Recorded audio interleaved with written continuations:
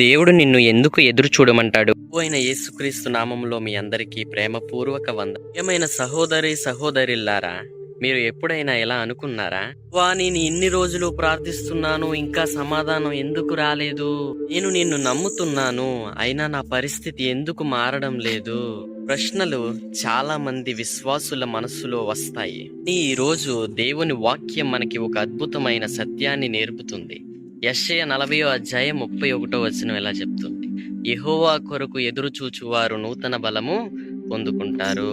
వారు గ్రద్దవలే రెక్కలు చాపి ఎగురుదురు. వారు పరిగెత్తినను అలయరు, నడిచినను సొమ్మసిల్లరు. వాక్యంలో దేవుడు మనకు ఒక గొప్ప పాఠాన్ని నేర్పుతున్నాడు. దేవుడు ఎందుకు ఎదురు చూడమంటాడు? ఎందుకంటే దేవుడు కేవలం మన పరిస్థితులు మాత్రమే మార్చడు, మనల్ని కూడా మార్చుతాడు. కొన్నిసార్లు మనం వెంటనే ఆశీర్వాదం కోరుకుంటాం, కానీ దేవుడు ముందుగా మన హృదయాన్ని సిద్ధం చేస్తాడు. అబ్రహామును ఉదాహరణగా తీసుకుంటే, దేవుడు అబ్రహాముకు కుమారుని వాగ్దానం చేశాడు, కానీ ఆ వాగ్దానం వెంటనే నెరవేరలేదు. సంవత్సరాలు గడిచాయి, అయినా అబ్రహాము దేవుని వాగ్దానాన్ని విడిచిపెట్టలేదు. చివరికి దేవుడు తన మాటను నెరవేర్చాడు. యోసేపును ఉదాహరణగా తీసుకో. యోసేపుకు దేవుడు గొప్ప కల ఇచ్చాడు, కానీ వెంటనే రాజభవనానికి వెళ్ళలేదు. ముందు బానిస అయ్యాడు, చెరసాలలో ఉన్నాడు. ఆ కష్టకాలం యోసేపును సిద్ధం చేసింది. సరైన సమయంలో దేవుడు అతన్ని ఐగుప్తు దేశానికి ప్రధాన అధికారిగా నిలబెట్టాడు. దేవుడు ఆలస్యం చేయలేదు, దేవుడు సరైన సమయాన్ని ఎంచుకున్నాడు.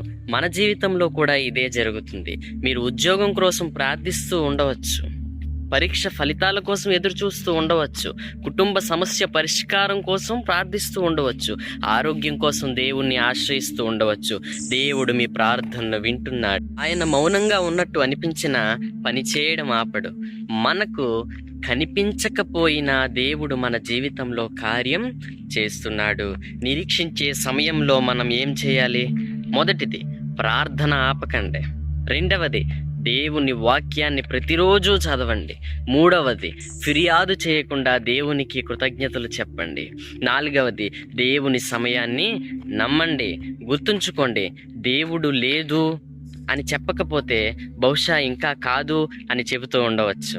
ఆ ఇంకా కాదు వెనుక కూడా ప్రేమ ఉంటుంది. సమయం ఎప్పుడు ఉత్తమమైనటువంటిది.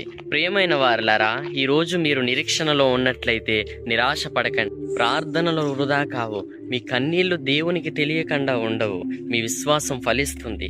దేవుడు సరైన సమయంలో మీ జీవితంలో తన మహిమను కనుపరుస్తాడు. కాబట్టి ఈ రోజు నుంచి ఇలా చెప్పండి, ప్రభువా, నా సమయం కాదు, నీ సమయం ఉత్తమమైనది.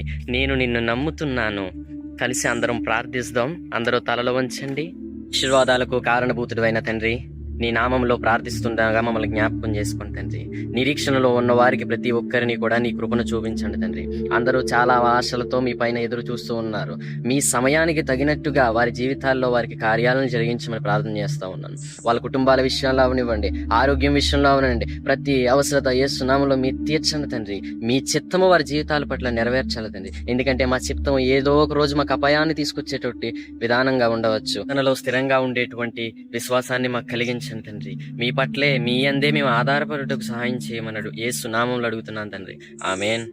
మిమ్మల్ని సమృద్ధిగా ఆశీర్వదించును గాక. ఆమేన్.